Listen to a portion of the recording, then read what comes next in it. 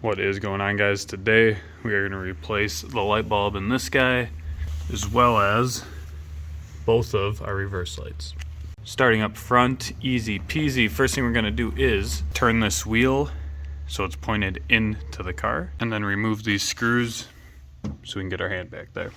I believe the factory screws here were the 7mm bolts. At least that's what was in my car when I got it, but I didn't really like the look of them poking out past this. So I replaced them all with Phillips head screws. Regardless of your screw type, once they're out, you can peel the fender liner back, reach in there, and twist that guy out.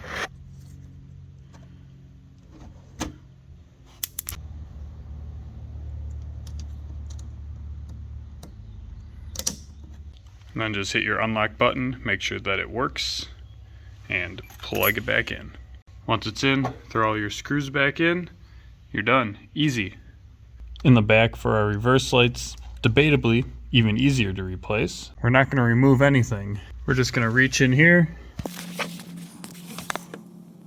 and take that connector off. And then pop the bulb out. Throw your old bulb away. Grab one of your new ones. Plug your new bulb in.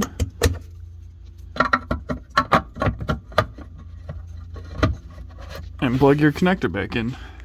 That easy. And here's a side-by-side comparison of your old incandescent bulb and your new LED. And then swap out the second one. Make sure that they're both put in the right way and they light up. Try not to be an idiot and step on the old one. And that's it. Now you got some nice clean lights in the back of your car.